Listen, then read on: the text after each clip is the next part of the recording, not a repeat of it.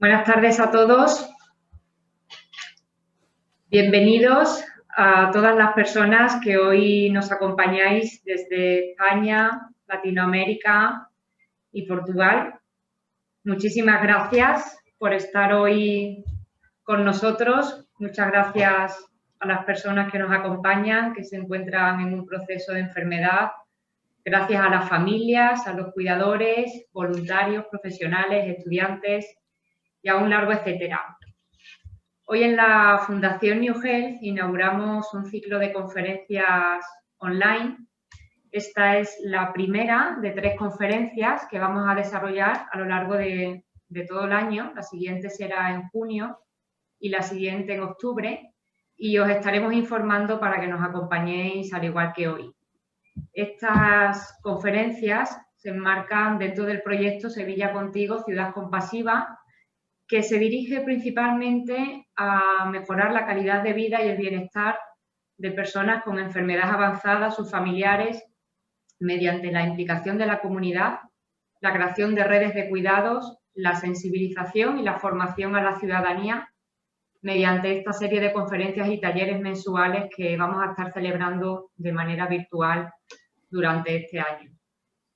Queremos verdaderamente que los cuidados, la compasión, la implicación de la comunidad se extienda a todas las personas y a todos los lugares, por lo que estáis invitados a participar con nosotros en estas sesiones y desde la propia web de la Fundación, desde nuestras redes sociales, pues os estaremos enviando información sobre toda esta agenda de eventos. También quería comentaros que a partir de mañana esta conferencia estará disponible en el canal de YouTube de la Fundación New Health. Y durante la sesión de hoy, para asegurar la calidad del sonido, se les ha silenciado a todos los asistentes el micro, pero sí que tenéis disponible en todo momento el chat por si queréis hacer preguntas que vamos a ir recogiendo a lo largo de la sesión y abriremos un espacio al final de la conferencia para conversar sobre ellas. Pues bien, hoy tenemos con nosotros a Álvaro Gándara del Castillo y, bueno, presentar a Álvaro hace pues que me salga una inmensa sonrisa, lo primero por la suerte de conocerlo, ¿no? Desde hace más de 17 años y principalmente por tenerlo hoy aquí con nosotros. Hace justo un año Álvaro ingresaba por COVID en el propio hospital en el que él trabaja y durante más de 70 días ingresados, la mitad de ellos en la UCI, pues Álvaro recibió los cuidados y el amor de su familia, de sus amigos, de los profesionales y hoy puede contarlo. Álvaro es médico, máster en medicina paliativa, es patrono de nuestra fundación, coordinador de la unidad de cuidados paliativos del Hospital Universitario Fundación Jiménez Díaz de la Comunidad de Madrid, fue presidente de la Sociedad Española de Cuidados Paliativos y, bueno, tiene un brillante currículum profesional, académico y un brillante currículum vital. Álvaro es un amigo y es un verdadero motivo para creer y confiar en los cuidados paliativos. En la conferencia de hoy tenemos la oportunidad de escuchar sus experiencias de un lado y del otro sobre los cuidados en la enfermedad avanzada al final de la vida, sobre la importancia de los cuidados paliativos y de la verdadera necesidad de poder prestarlos desde la forma más humana, honesta, digna y compasiva. Muchísimas gracias, Álvaro, por acompañarnos. Es un verdadero privilegio tenerte hoy aquí en esta sesión titulada Cuidados paliativos, una necesidad. Así que adelante, Álvaro, tienes la palabra. Muchas gracias. Muchas gracias, querida Silvia. Esa sonrisa tuya ya me ha merecido la pena esta charla. Y es verdad que llevamos ya muchas batallitas juntos, desde hace bastantes años. Y bueno, pues un placer y muy agradecido bueno, pues a la Fundación New Health de permitirme esta posibilidad, ¿no? Es verdad que yo he tenido un antes y un después de este proceso mío del COVID y para mí es fue toda una experiencia, ¿no? Ver los toros no desde la barrera, sino desde el propio ruedo, ¿no? Y me ha servido para mucho, ¿no? Me ha servido para mucho y para comprender muchos de los valores que los cuidados paliativos tienen, ¿no? Valores como precisamente la compasión, el acompañamiento, la amistad, esos valores de los que hablamos mucho los paliativistas, muy a menudo, pero que en el fondo tampoco no dejan de sonarnos a veces incluso un poco lejanos, ¿no? Bueno, pues una de las cosas más positivas que yo he sacado después de mi enfermedad y de mi proceso de ingreso y recuperación es precisamente eso, ¿no? Que, bueno, pues que de la enfermedad se aprende mucho y que estoy rodeado de maravillosos personas y maravillosos amigos y maravillosos profesionales y que, bueno, que estoy cada vez más orgulloso de pertenecer a la profesión sanitaria, ¿no? Que yo creo que es un modelo, desde luego, en valores, ¿no? La charla que yo voy a dar hoy tampoco quiero que sea, bueno, pues un bombardeo de conceptos y desde el punto de vista muy científico, profundamente científico.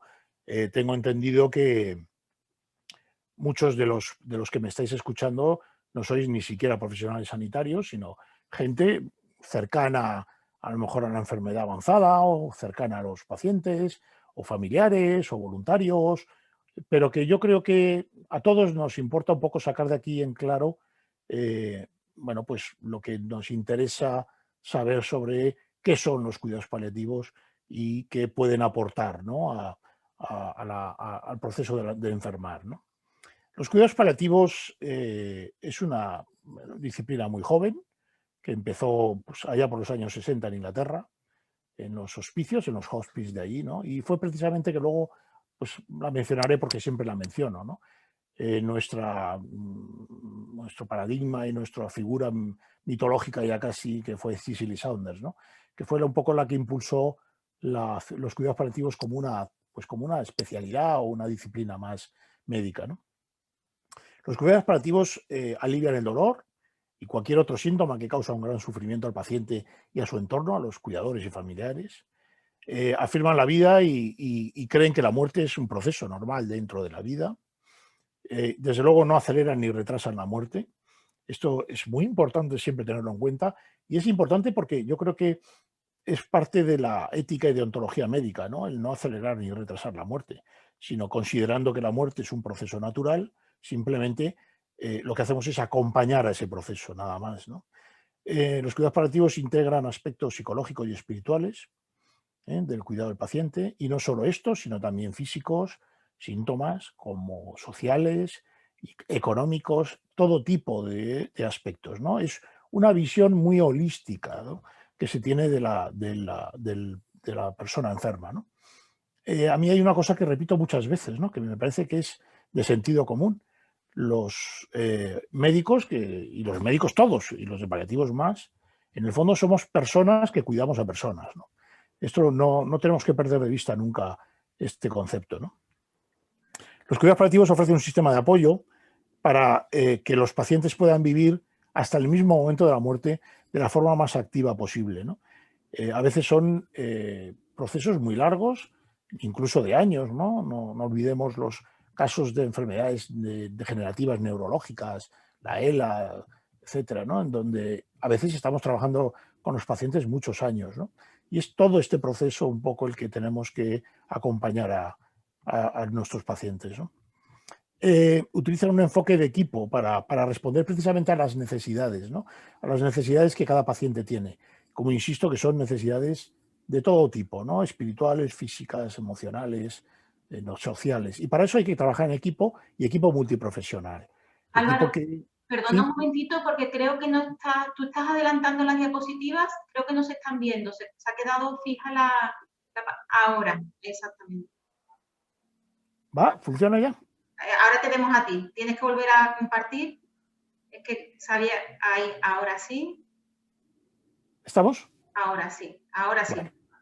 Vale. Perdona la interrupción, pero es que veía que Nada, no, por supuesto, claro. habíamos quedado en la pantalla. No, claro.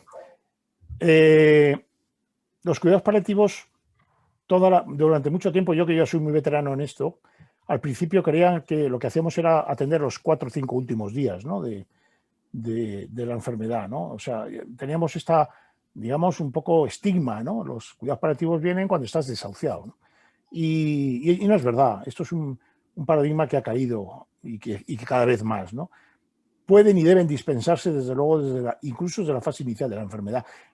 Muchas veces, con el diagnóstico de una enfermedad que sabemos que es una enfermedad grave, avanzada, incurable, es cuando debemos empezar a trabajar, porque si no, no nos da tiempo a mejorar y a aliviar el sufrimiento de estos pacientes.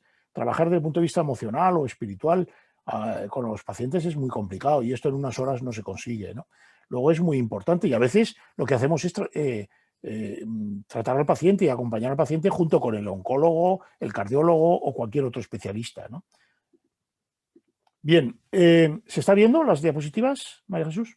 Bien, los cuidados paliativos se asientan, yo creo que en una triple realidad, ¿no?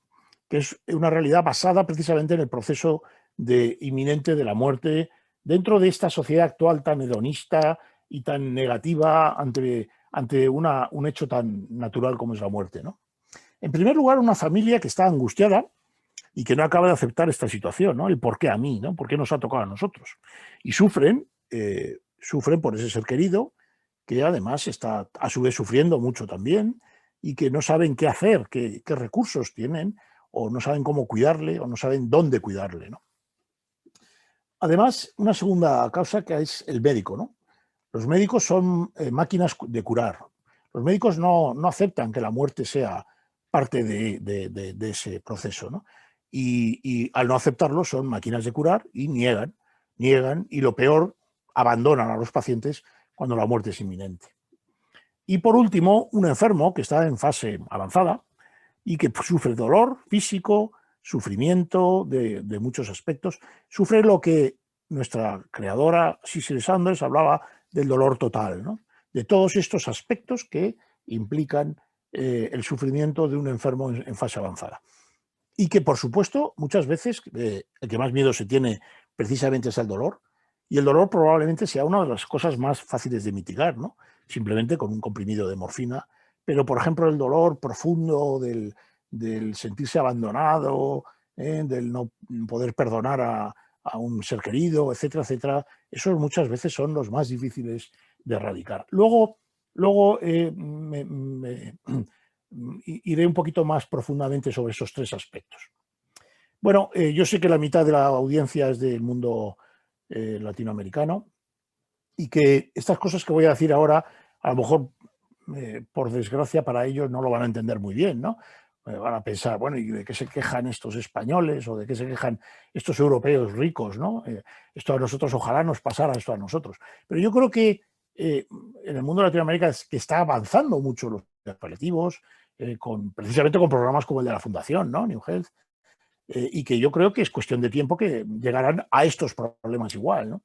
Y yo creo que conviene tenerlos presentes, ¿no? Para que nuestra experiencia les sirva a ellos.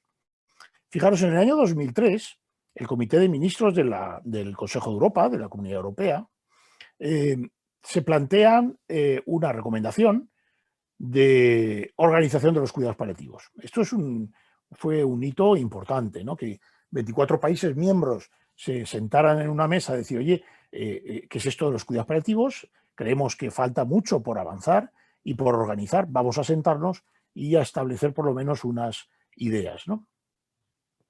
Bien, fijaros lo que dice el Consejo de Europa, ¿no? Habla del respeto y protección del enfermo terminal o moribundo, habla de morir con dignidad, de la necesidad de desarrollar los cuidados paliativos en los países, considerar la existencia de un creciente número de personas necesitadas de cuidados paliativos, porque todos los cuidados paliativos están muy bien, pero ¿quién necesita esos cuidados paliativos? Y reconocer que todas las personas al final de sus vidas deben de ser tratadas como personas igualmente valiosas, ¿no? Por los profesionales sanitarios, y disponer de una atención profesional, avanzada, especializada, ¿no? Que vaya dirigida precisamente a mantener esa dignidad y aliviar los síntomas. El Consejo de Europa dice una cosa muy bonita, que es una frase que yo repito mucho.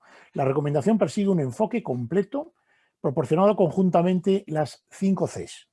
Habla de cura, habla de cuidado, de comunicación, compañía y compasión. Fijaros qué cosa más bonita. No habla de farmacoterapia ni de protocolos sofisticados de profundidad científica, no, habla de estas 5 Cs, ¿no?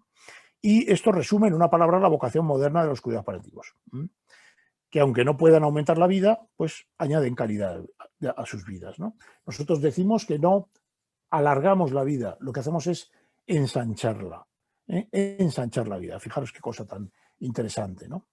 La recomendación reclama a su vez que los cuidados paliativos se conviertan en parte integral del sistema de atención sanitaria y que pasen a ser un elemento insustituible e inalienable, ¿no?, de los derechos de los ciudadanos. Es decir, lo que dicen es que todos los ciudadanos tienen derecho a ser atendidos por un equipo de cuidados paliativos a los cuidados paliativos. Esto parece muy fácil decirlo y reconocerlo, pero la realidad es que en muy pocos casos se consigue, ¿no? Y fijaros que a lo mejor podéis pensar, los compañeros de Latinoamérica, que en España esto es está conseguido, luego veréis que de conseguido nada, ¿no? Ni mucho menos. Seguimos siendo el pariente pobre de la sanidad pública en España, ¿no? Y muchos países todavía también europeos, pero sobre todo en España. Los gobiernos, ellos apremian a que los gobiernos se responsabilicen de garantizar que los cuidados paliativos estén disponibles a todos aquellos que los necesiten, ¿no? Y no dependiendo de dónde vivas, dónde has nacido, o en qué país estés, o en qué región, te puedan tocar mejores, peores o ningún cuidado paliativo. Eso se llama un principio simplemente de equidad, ¿no? En el 2006, unos años más tarde, el Parlamento Europeo habla, entonces también se vuelven a sentar todos los parlamentarios ya y hablan de política sanitaria y hacen un análisis de cómo están en ese momento los cuidados paliativos en la Unión Europea. Fijaros en el caso de España, esto lo he cogido literalmente del informe del Parlamento Europeo, en el año 2006 estábamos en un ranking en el 7º, ¿no? Los rankings es una cosa muy periodística, pero creo que es muy significativo, ¿no?, ponerle un número donde estamos, ¿no? En ese momento éramos los 7º, con una puntuación de 74 sobre 100, ¿no? Y hablaba de una serie de servicios, sobre la población, unos ratios, dónde estaba mejor desarrollado, como era Cataluña o Extremadura, dónde peor, como en ese momento era Galicia. 7º en el ranking en el año 2006. Esto es un poco el resumen de todos los países estos que se analizaban, ¿no? Ahí donde veis la flechita, estamos en la zona alta de la tabla, como diría aquel. Pero hete aquí que pasan los años, muchos años, y nos plantamos en el año 2019, donde la Asociación Europea de Cuidados Paliativos, la EAPC, hace un atlas del desarrollo de los cuidados paliativos en ese momento. En el año 2019 ya había más países, además, incluidos. Esto es un trabajo fantástico que lo encabezó, entre otros, Carlos Centeno, que es un compañero nuestro de aquí de Navarra, y una serie de expertos en investigación cualitativa. Y fijaros lo que pasa aquí, que es que España nos caemos al ranking, al número 33 o 34, creo recordar. Es decir, estábamos en la Champions League en el año 2006 y ahora mismo estamos en la 3ª división de fútbol, ¿no? ¿Qué ha pasado? ¿Cómo es posible esto? ¿Cómo es posible en un país donde somos el número 1 de trasplantes del mundo, donde la sanidad pública está reconocida como una de las punteras del mundo, pero aquí la gente se sigue muriendo mal y la gente sigue sufriendo al final de la vida? Cuando, además, los cuidados paliativos no son precisamente una disciplina en la que haya que realizar grandes inversiones, ¿no?, ni que sea excesivamente costosa. En el fondo, lo que se trata es de tener unos buenos profesionales, bien formados, y una buena caja de morfina en el maletín y tiempo para poder trabajar con la familia. Pues del 7 al 30 y tantos. Fijaros que el ratio que tenemos ahora mismo de recursos de paliativos, de servicios de paliativos, es de 0,6 por 100.000 habitantes. Cuando lo ideal, lo recomendado por la EAPC y por estas políticas gubernamentales de la Comunidad Europea es de 2,0. Luego estamos muy lejanos en España de tener una disposición de recursos suficiente para atender a toda la población y para respetar este derecho que el propio sistema público de salud español contempla, porque lo tiene incluido en su cartera de servicios. Yo creo que esto es un gran desastre. ¿Y esto por qué? ¿Por qué ocurre esto? Pues por muchas razones. La primera de ellas, por ejemplo, fijaros este mapa, que es un tanto desmoralizante. Creo que una de las causas más importantes del por qué no se desarrolla definitivamente unos cuidados paliativos en un país es porque no se considere ni siquiera una especialidad o subespecialidad, porque no haya acreditación de estos equipos de cuidados paliativos. A ver, si todos comprendemos que hacer unos cuidados paliativos avanzados de calidad requieren un periodo de formación importante de 2, 3, 4 años, ¿por qué no acreditas a los que lo hayan hecho? ¿Y por qué no haces una formación reglada, como hace el Estado con las otras carreras, con las especialidades, ¿no? Pues bien, fijaros, de todo el mapa europeo, de los pocos países que no tienen todavía ningún proceso de acreditación es España, y qué casualidad, Holanda y Bélgica, que son los dos países que tienen despenalizada ya la eutanasia. Yo no creo en las casualidades, ¿eh? Y esto, desde luego, no es una mera casualidad. Y no será porque desde la Sociedad Española de Cuidados Paliativos venimos reclamando desde hace montones de tiempo el que se acredite la especialidad de medicina paliativa. Bueno, y yo me hago una pregunta. Me hago una pregunta muy sencilla, que es, ¿y por qué una necesidad? ¿Y por qué es una necesidad? Porque, bueno, todo esto es muy bonito, pero si cada médico, cada especialista supiera de qué va esto de los cuidados paliativos, pues a lo mejor no haría falta, ¿no? Pues mira, la primera causa, el por qué yo creo que es una gran necesidad, es por esto, por la pirámide poblacional. Por lo menos es verdad que esto en Latinoamérica es una pirámide de verdad, como debe de ser, muy ancha abajo y muy estrecha arriba. ¿Por qué? Porque allí, evidentemente, la natalidad es muy alta, la mortalidad todavía es en personas con una edad todavía más joven que aquí, evidentemente, y además en la población mayor de 65, 70 años es todavía muy inferior a la productiva, a la joven, ¿no? Pero fijaros en la desgracia, esto es la pirámide poblacional en España. Es que en el año 2049 casi se duplica la población mayor de 80 años que la de 40. Luego, estos pacientes mayores, muy mayores, son los que van a tener más necesidades de atención paliativa, mucho más necesidades que las personas jóvenes, porque van a tener una pluripatología, tumores, etcétera, etcétera, que van a requerir esta atención paliativa. Fijaros, estas dos gráficas me siguen sorprendiendo mucho.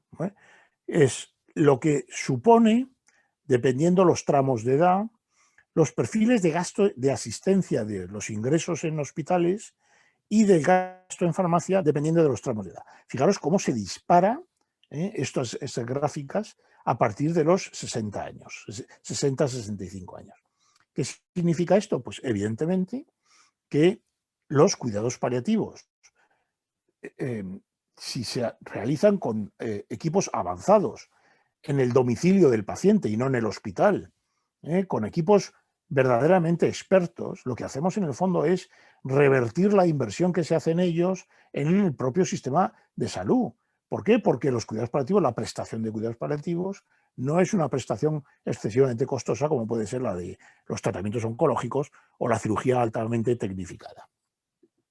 Esto es algo que yo, como cuando fui presidente de la Sociedad Española de Cuidados Paliativos, le intentaba explicar a nuestros gestores de salud públicos y no lo entendían. Es que no solo no lo entendían, es que no se lo creían, ¿no? Bueno, yo creo que es un simple... hay muchísima literatura científica que demuestra que esto es así.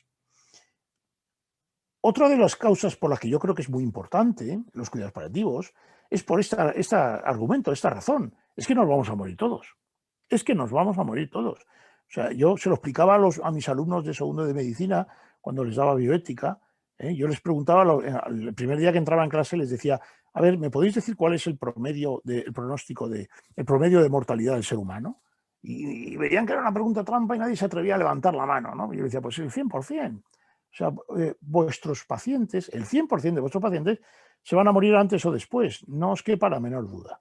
Bueno, pues vamos a intentar mejorar esta asistencia, ¿no?, del final de la vida. Además de todos los que nos vamos a morir, 7 de cada 10 nos vamos a morir por una enfermedad crónica progresiva y avanzada que va a requerir atención paliativa. Hay 3 de cada 10 que tienen la suerte de morirse de repente, o un accidente de tráfico o un proceso agudo, ¿no? Pero esos 3 de cada 10. Los otros, el 70%, necesitan atención paliativa.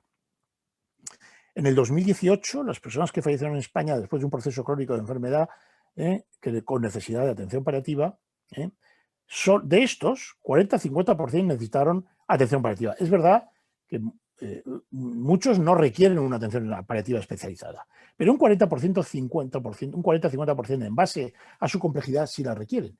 Y estamos hablando de, en España, con una población de 44 millones de habitantes, de unas 120 a 150.000 personas cada año. Fijaros, 150.000 personas cada año necesitan atención paliativa especializada de alto nivel. Según la SECPAL, solo el 50% de estos habitantes, de estas personas con necesidades paliativas, reciben este tipo de atención. Acordaros de lo que os he dicho del ratio de 0,6.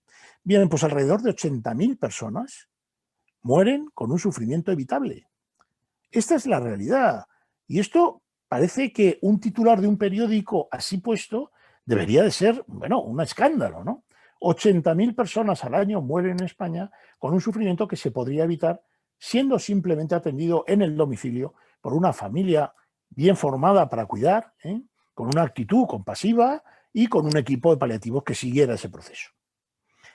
Y a esto a nivel de cuidados paliativos especializados, pero hay otro nivel de cuidados paliativos no especializados, el que da el médico de familia o el cardiólogo o el internista, y es que ni siquiera hay cifras que podamos pensar en que si estos pacientes no complejos, pero que requieren atención paliativa, si se les está facilitando este tipo de atención. Fijaros, cada día en España 150 personas sufren innecesariamente. Cada 10 minutos una persona fallece en España con sufrimiento. Cada 10 minutos. O sea, estos son titulares de periódico, ¿no? Pero que además debería de remover las conciencias de nuestros gestores sanitarios. Pues bueno, como bien sabéis, mañana, precisamente mañana, día 18 de marzo, se aprueba en nuestro Parlamento definitivamente una ley de despenalización de la eutanasia que regula y que la convierte en un acto médico más. Cuando cada 10 minutos en España fallece una persona con sufrimiento.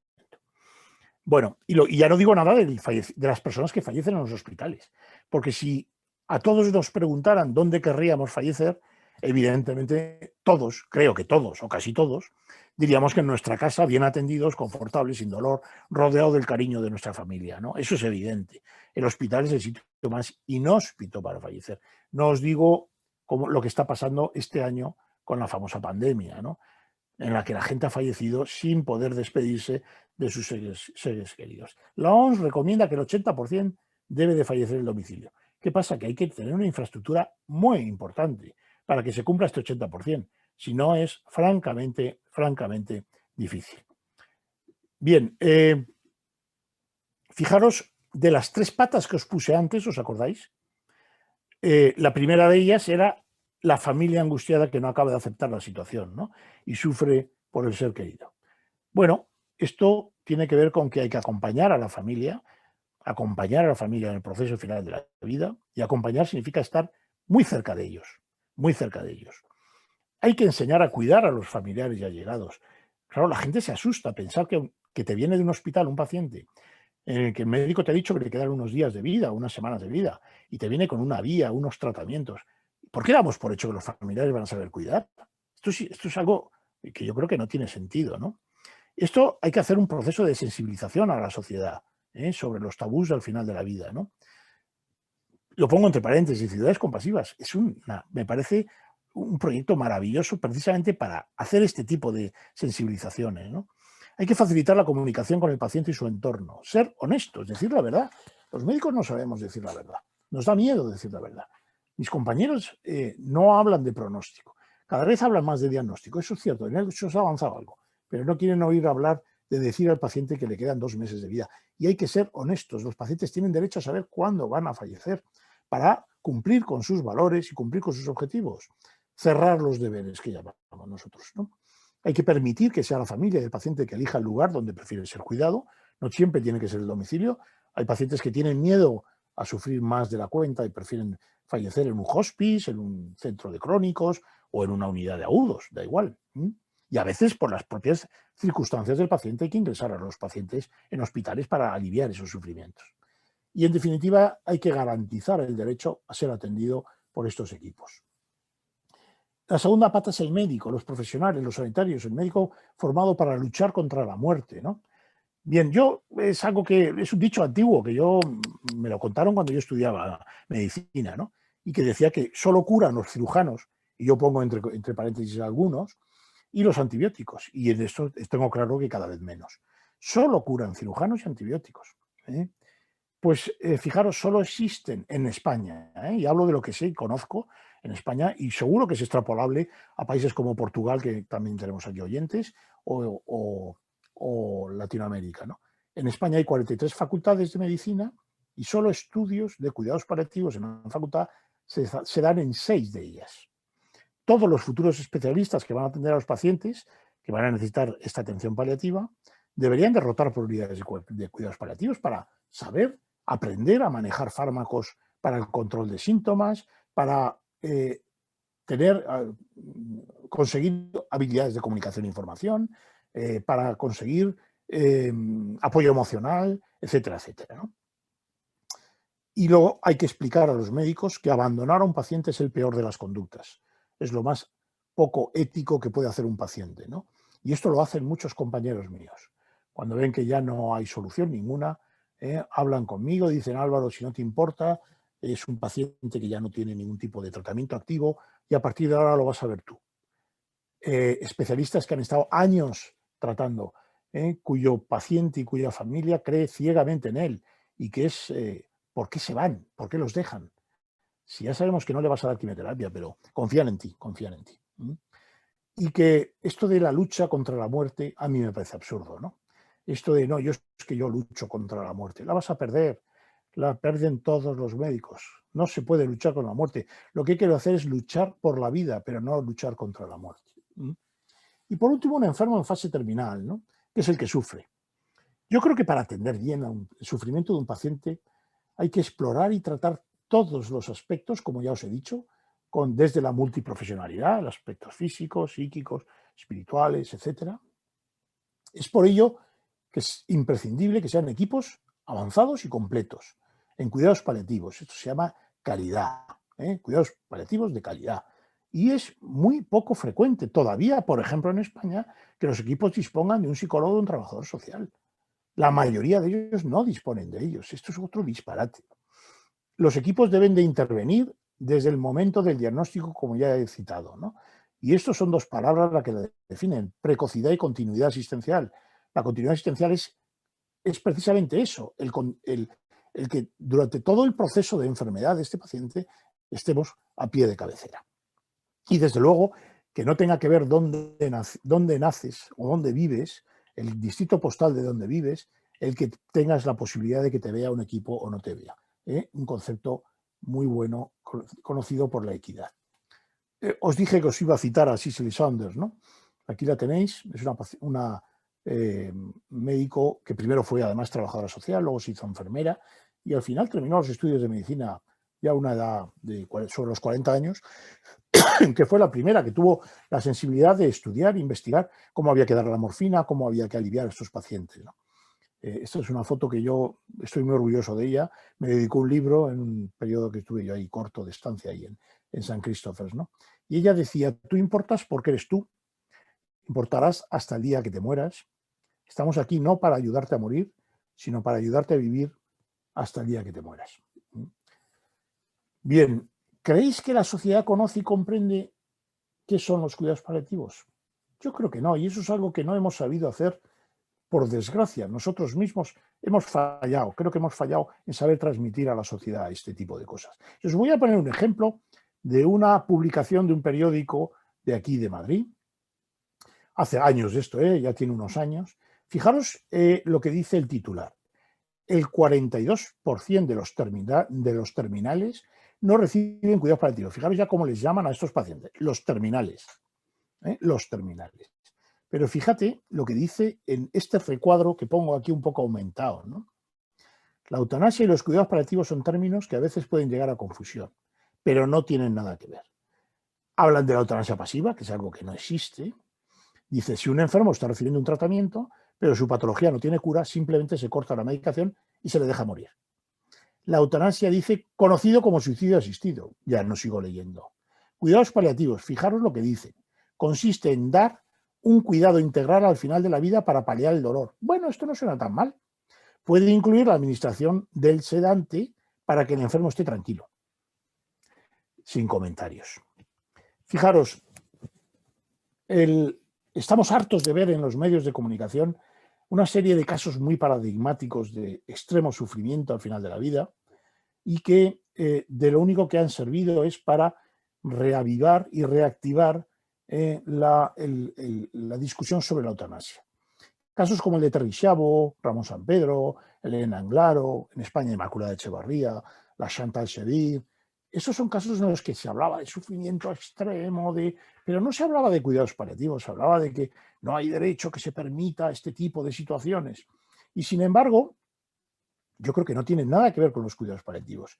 Sin embargo, hay otra serie de hechos en los que pacientes que han llegado al final de la vida muy mediáticos, muy conocidos, como es Antonio Fraguas, alias Forges, que fue un humorista muy conocido en España y que yo tuve el orgullo y el honor de acompañarle en el proceso final de la vida, de Celine Dion, la famosa cantante, que no sé si lo sabréis, pero su marido y su hermano murieron en el periodo de 2 días de diferencia de un proceso final de cáncer y que fue atendido, y ella lo dice así maravillosamente, desde el punto de vista paliativo. Debbie Bowie, Aretha Franklin. Bueno, ¿por qué no salen titulares diciendo esto, no? La gente no lo sabe, ¿no? Es curioso, pero... Y es descorazonador, ¿eh? Y yo creo que es descorazonador. Bien, vamos a ir acabando porque yo creo que es importante el que hagáis preguntas, porque de las dudas que podáis tener probablemente os sirva mucho más para aprender lo que pueda yo decir en plan charla magistral, ¿no? La primera de las conclusiones es que los cuidados paliativos creo que son un derecho de los pacientes y que en España, desde luego, no está garantizado y me temo que en los países latinoamericanos y en Portugal tampoco. Y esto es algo que tenemos que salir a la calle con la pancarta para exigirlo y reclamarlo. El que se consiga garantizar este derecho depende de todos, no solo de los políticos ni de los médicos, depende de todos, de los sanitarios, porque tienen que formarse, y tienen que sensibilizarse y tienen que humanizar la asistencia y tienen que saber retirar tratamientos que lo único que hacen es causar más sufrimientos y acompañar y no abandonar a los pacientes. De toda la sociedad civil, ¿no? Porque esta es la que tiene que reclamar el derecho. El que deposita el voto en la urna es el que tiene que convencer al político que si no, no le va a votar, si no garantiza esta prestación sanitaria, ¿no? Y desde luego adquirir esta actitud compasiva por parte de la sociedad civil, de los gobernantes, como no, claro, legislando sobre cuidados paliativos, y de los medios de comunicación, que nos pueden ayudar a sensibilizar a todos, ¿no? Y no precisamente el tergiversar y el manipular, ¿no? Y por último, decir que la muerte forma parte de la vida, ¿no? Y que hagamos el tránsito hacia ella de una forma confortable y natural, ¿no? Y bueno, pues daros las gracias. Ahí tenéis mi correo por si tenéis alguna duda posterior, queréis preguntarme algo. Y de nuevo también agradecer a New Health, a la Fundación New Health, esta iniciativa que creo de charlas que están haciendo que son muy, muy interesantes. Gracias y cuando queráis me someto a vuestras preguntas. Muchas gracias, Álvaro.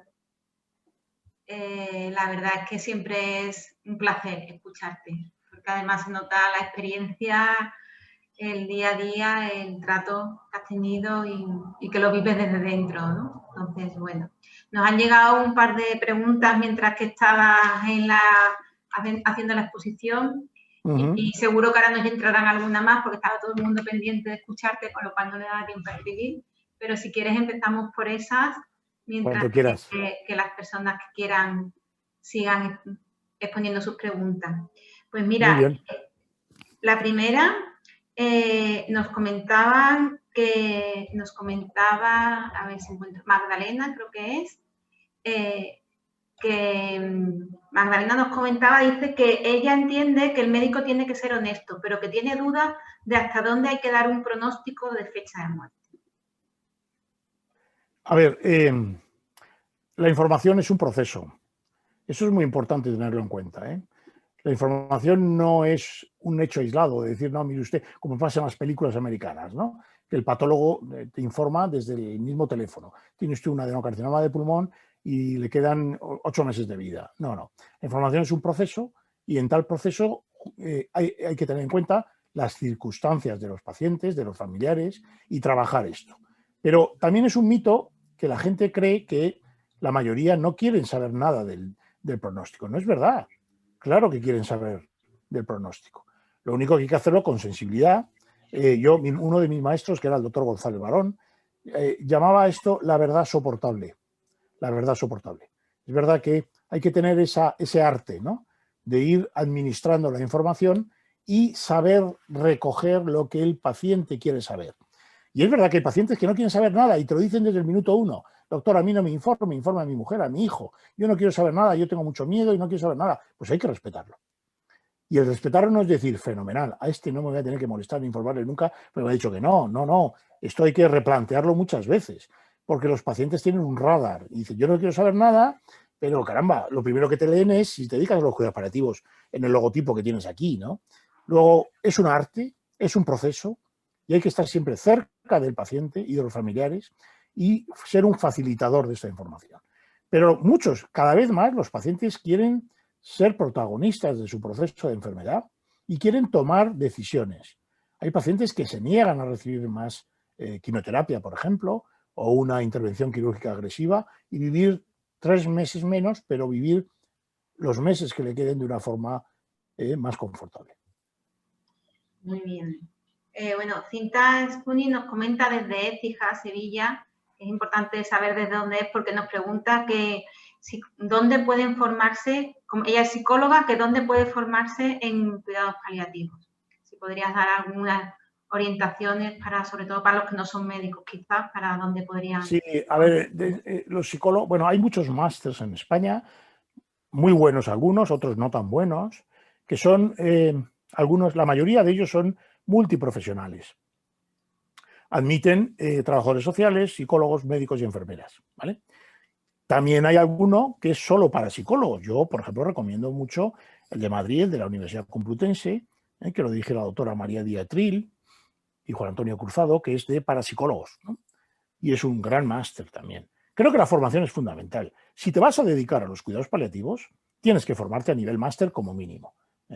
Como mínimo a nivel máster, 2 cursos, 2 años o 1 año muy intensivo, pero tiene, y desde luego hay una oferta en España por lo menos muy amplia, algunos de ellos incluso online para facilitar, etcétera, etcétera. Pero la SECPA, la Sociedad Española de Cuidados Paliativos, en su página web tiene registrados la oferta precisamente de este tipo de estudios. Muchas gracias. Raquel nos comenta que, bueno, quedamos por sentado de que a veces los familiares pueden intervenir o pueden dar esos cuidados paliativos en casa al final de la vida. Pero dice que hasta qué punto pueden decir que nos lo llevamos a casa, ¿no? Es muy importante que los equipos detecten la capacidad que tiene esta familia. A veces no es la familia, a veces es una profesional, una persona contratada para cuidar a ese, porque en España por lo menos hay pacientes que no tienen familiares cercanos. Pero el equipo, en el momento en que ese paciente está ingresado en el hospital todavía, tiene que saber distinguir o detectar las habilidades para cuidar. Eso es lo primero. Enseñarle. Por ejemplo, la vía subcutánea, eso la puede mantener un familiar, pero hay que enseñarle a hacerlo, que no se asuste. Y además, siempre que vaya a casa tiene que tener un equipo de soporte paliativo en casa, domiciliario, porque si no va a fracasar, va a claudicar seguro. Y aún así a veces claudican. Son pacientes que llevan semanas o meses seguidos cuidando y necesitan ir un fin de semana a la playa a descansar. Bueno, pues se hace lo que se llama un ingreso por claudicación familiar. Dice, mire, yo me traigo a su paciente, a su marido, a su esposa, a su hijo, a su padre, lo ingresamos 3 o 4 días y usted se va a descansar a la playa. De esa forma vienen con nuevas fuerzas y pueden volver a cuidar. Pero los equipos de paliativos tienen que enseñar a cuidar y detectar las habilidades que tengan para saber cuidar y formar a la gente también. Teresa, bueno, ya se está animando, tenemos ya muchas preguntas. Teresa nos pregunta si en general se respetan los testamentos vitales de la persona que los manifiesta. Hay que respetarlos. Es que éticamente es fundamental respetarlos. El problema de los testamentos vitales es que es un instrumento complejo. el acceso a él. Complejo, vamos a ver, resuelto, porque es un registro electrónico, pero yo os voy a contar una anécdota. En mi hospital, donde hay más de 1000 médicos, cuando yo llegué allí, empezamos con la unidad de cuidados paliativos, lo primero que dije fue a la secretaria de dirección decir, oye, vamos a ver cuántas personas tienen aquí la clave de acceso al registro de voluntades anticipadas. Porque ¿de qué sirve si me viene a mí un paciente en una situación semicomatosa? Si yo accedo al registro, no tengo acceso al registro, no sé si tiene hecho un testamento vital. Ahora, la gente no viajamos con el testamento vital en la boca, o cosido a la ropa. Bueno, pues en mi hospital no había nadie. Nadie tenía registro. De casi más de 1000 médicos, nadie se había preocupado de pedir a la consejería, que es una llamada de teléfono, ese número clave. Entonces yo le dije, mire usted, ahora mismo pone en contacto con la consejería y solicita estas claves. ¿Sabe usted cuántos recogieron estas claves? Ninguno. Las claves estaban en un sobre en gerencia y no fue ningún médico a recogerlas. Es decir, de nada sirve el testamento vital si un médico no tiene claro que respetar la voluntad de los pacientes es importantísimo de cara a la toma de decisiones. Muchas gracias por tu respuesta. También hay quien nos comenta, bueno, han salido muchas preguntas también sobre la falta de formación, ¿no? Sobre los problemas que existen por la falta de formación y falta de planes de estudio en las facultades, ¿no? Y también comentaban que es importante, también te comentaban que es importante a lo mejor en la tríada que has mencionado añadir las enfermeras, auxiliares y personal no sanitario, ¿no? Que también están ahí. En el equipo de paliativos tiene cabida todos. Nuestras sesiones clínicas diarias de primera hora de la mañana, hasta la limpiadora tiene cabida. Todos tienen cabida. Y desde el punto de vista ético, la opinión de cada uno es tan valiosa, la del jefe de servicio como la de la limpiadora. Entre otras cosas, porque la limpiadora pasa más tiempo con los pacientes que yo. Luego, ¿cómo no vamos a tener en cuenta su opinión? En los cuidados paliativos y en general debería ser en todos los equipos médicos o sanitarios, la opinión de todos es muy importante, y el trabajar en equipo es fundamental, evidentemente. También nos llega una pregunta desde República Dominicana, que es un país que todavía está muy incipiente, que hay casi nada de programas de cuidados paliativos, y preguntan qué recomendaciones y consideraciones ofreces para poner en marcha programas y empezar a desarrollar cuidados paliativos en estos países. Mirad, nuestro máster de cuidados paliativos de la Universidad Autónoma, de la que yo soy director, que llevamos ya 17 ediciones, ha habido siempre un porcentaje importante de un 10-15% de alumnos latinoamericanos. Y estos alumnos latinoamericanos que se han lanzado a la aventura de venir a España a estudiar esto, son los que luego han ido implementando programas allí. Es una aventura, pero es muy importante el que haya líderes, el liderazgo. Siempre tiene que haber un primero que haga algo la primera vez. Pero es muy importante hacerla con una formación muy seria, muy buena, muy bien estructurada. Porque desde la voluntad no se consigue. Solo desde la voluntad. Yo es que quiero hacer paliativos y vamos a poner un equipo. Vas a pegarte una torta. Pero cuando eres un líder en un país o en una región donde no hay nada, estás bien formado y quieres imponer eso, lo consigues. Entre otras cosas, lo consigues porque por primera vez seguro que vas a atender a la madre o al padre del presidente o del primer ministro. Y desde ese momento eres una persona muy influyente en ese país, seguro. Begoña hace una reflexión muy interesante también, que dice que al salir de la consulta con un diagnóstico de enfermedad incurable y avanzada, se siente ese frío que solo la falta de acompañamiento de ese instante se sufre. ¿Cómo paliar este comienzo de esta nueva etapa? ¿Cómo buscar ayuda? Yo diría que lo primero que hay que hacer es no permitir que un paciente salga de una consulta con un diagnóstico de enfermedad incurable y que va a acabar con tu vida en X plazo. Yo nunca le digo en la primera consulta a mis pacientes que le quedan X tiempo, entre otras cosas porque yo no lo sé. O sea, esto en las películas americanas sale, pero en la realidad te equivocas siempre, a favor o en contra. Luego, hablar de pronóstico en una primera consulta es un disparate.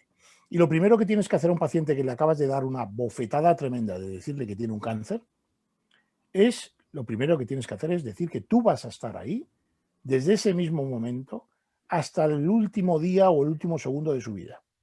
Y si hay que darle tu número de móvil, se lo das. Cercanía, presencia, porque el paciente se va de ahí solo con una idea: tengo cáncer. De todas las cosas que le has dicho después, no se ha quedado con ninguna.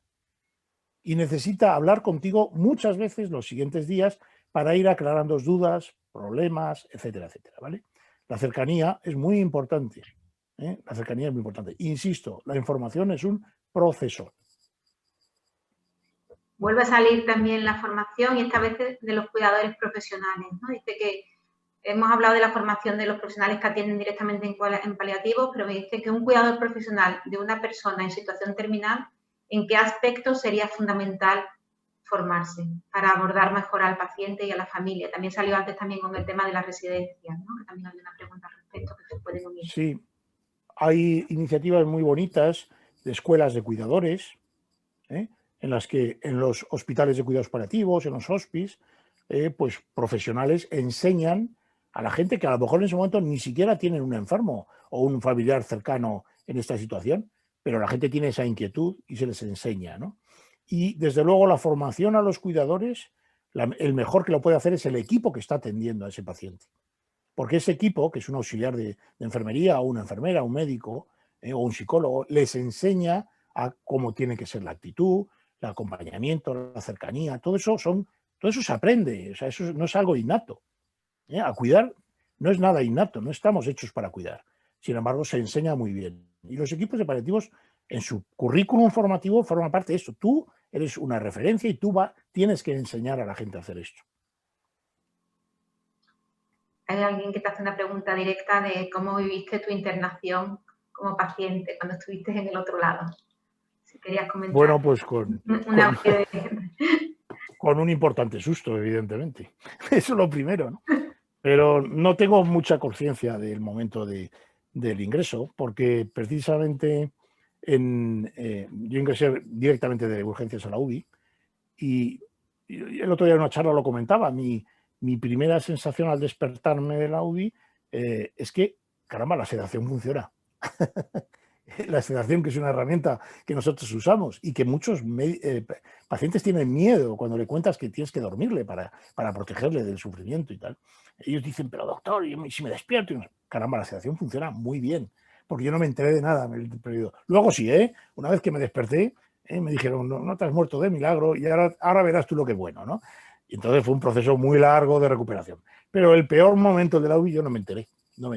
O sea que fue maravilloso. Además, seguro que como estaban con tus compañeros, se esforzaron especialmente por mirarte. Yo tuve el privilegio... Estabas enchufado, Exactamente, tuve el gran privilegio de ingresarme en mi casa, ¿no? Ahí es donde descubrí la cantidad de amigos que tengo, y de buenos amigos, y de buenas personas, y de buenos profesionales. Y fue un privilegio, absoluto, absoluto. Es verdad que todos me preguntaban cómo estaba, y yo solo veía unas gafas empañadas con una mascarilla y un traje EPI, y no sabía quién era, pero bueno. Bueno, hay también quien comenta que habías comentado de cuando los compañeros de profesión, otros médicos, se desentienden del paciente cuando los pasan a cuidados paliativos. Y alguien preguntaba que si existe una forma de que se pueda solicitar los pacientes seguir teniendo contacto con los profesionales sanitarios, ¿no? Entiendo que eso será algo que... A ver, es que esto no debería de solicitarlo el paciente. Esto es algo que debería estar en el médico, y es terrorífico. Muchísimas veces me han dicho, doctor, ¿y usted sabe por qué mi oncólogo ya no me quiere ver? ¿Sabes lo terrible que es eso, que un paciente te diga eso? Y que tú encima tengas que decir disculpas estúpidas, con lo que te apetece decir, porque es un sinvergüenza. ¿Por qué es un sinvergüenza? O porque no se atreve a acompañarte ahora mismo en este momento. Pero de verdad que no pasa una, pasa muchísimas veces. Y esto no tendría que salir del paciente. Es un imperativo ético, El no abandonar a un paciente es un imperativo ético. Alguien dice también que si podrías recomendar alguna lectura. De este tema, pues hay un libro muy bonito que se llama Velad conmigo, de Cicely Saunders, que está traducido al castellano, además al español, y que yo no sé si está publicado en alguna... Pero bueno, hay PDFs por ahí circulando. Velad conmigo se llama. ¿vale? Y es un librito muy pequeño, pero muy bonito, donde Cecil Saunders habla un poquito de la filosofía de los cuidados paliativos, ¿no? Y luego hay guías de cuidados paliativos muy buenas.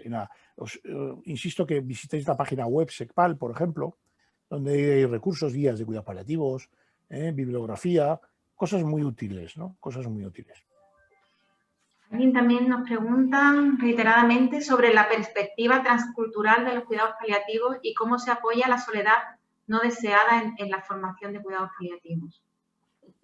Perdona, no he entendido muy bien. Yo tampoco he entendido, la verdad es que no, te la he leído porque la he hecho 2 veces, pero me ha pedido por favor que la reitere. No sé si la podrías explicar un poco más, Clara, porque dice una pregunta sobre cuánto peso tiene la perspectiva transcultural en cuidados paliativos y cómo se apoya la soledad no deseada en dicha formación. Entiendo que es la formación en cuidados paliativos.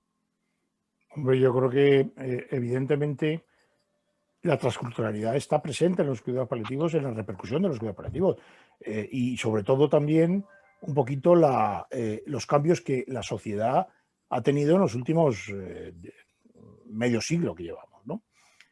No es lo mismo la facilidad para cuidar a un paciente en el mundo rural, por ejemplo, y hablo de España, que lo conozco mejor, que en el ámbito urbano, donde las familias son más desestructuradas, donde las habitaciones son más pequeñas, las viviendas son muy poco confortables.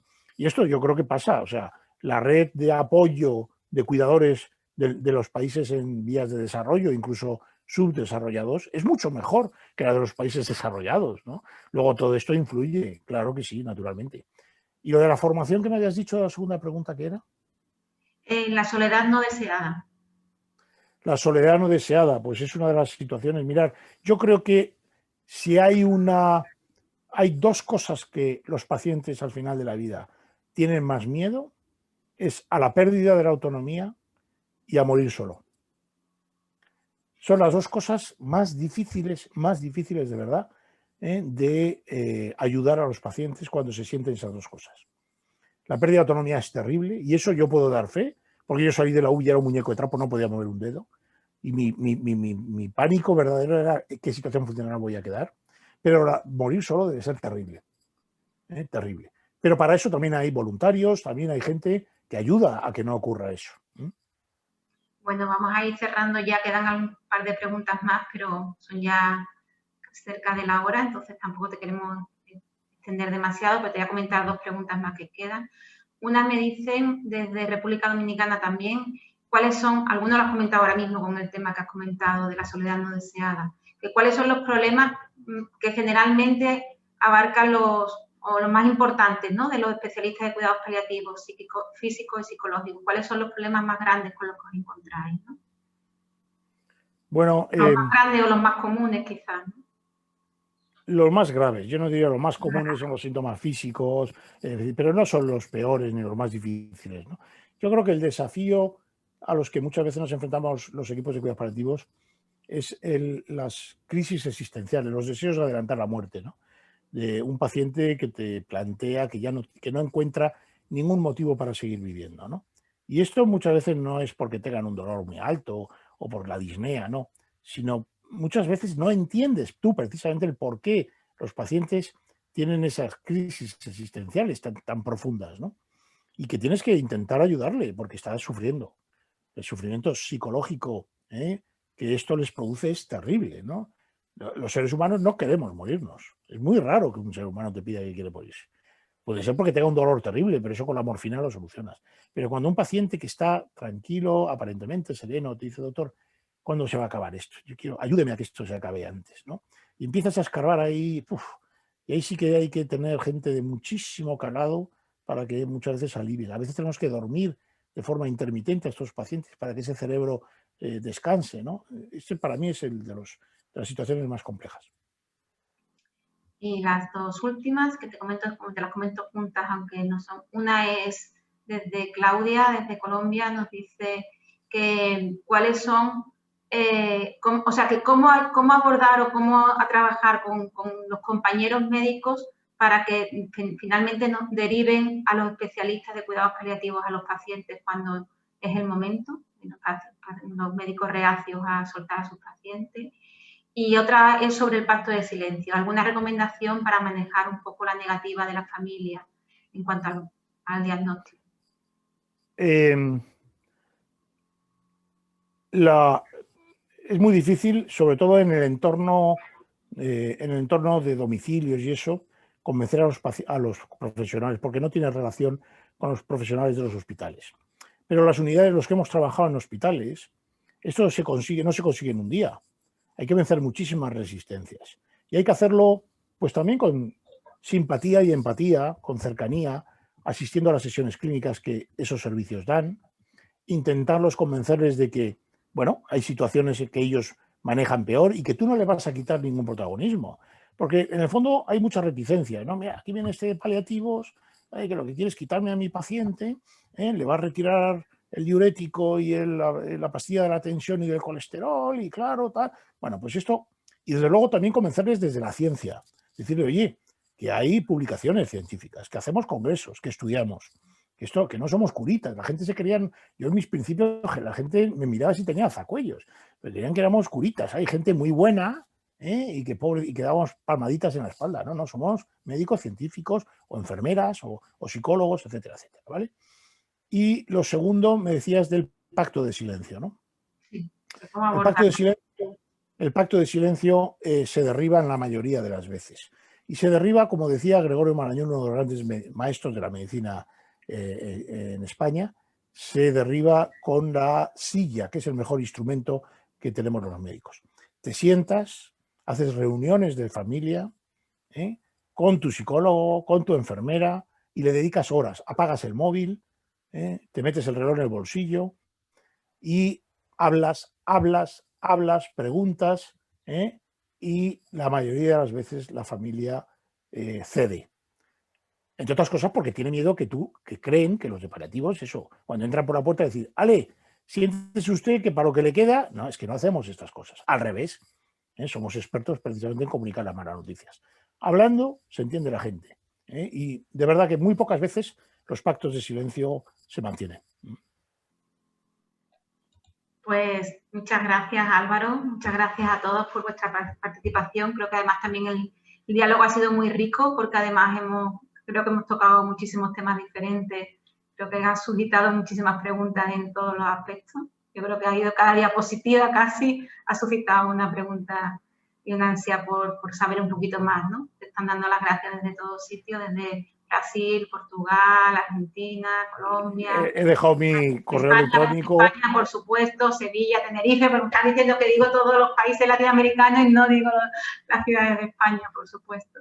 Digo, cualquier duda, cualquier pregunta que quieran hacerme, encantado, tenéis ahí mi correo electrónico y encantado de atenderos, por supuesto que sí. Sí, alguien me pregunta, lo hemos dicho ya, pero algunas personas entraron un poquito más tarde. Sí, vamos a todas las personas inscritas se les mandará el enlace a la grabación para que lo puedan ver y de todas formas todas las grabaciones quedan también subidas en nuestro canal YouTube de la Fundación New Health Foundation, con lo cual también podéis ver tanto estas como las que también hemos hecho en momentos anteriores. Pues muchas gracias, Álvaro, reitero el agradecimiento. Gracias a vosotros. Estar con vosotros, contigo, por todo lo que aprendemos y por todo lo que nos quieren. He disfrutado mucho. Muchas gracias. Muchas gracias. Saludos. Adiós.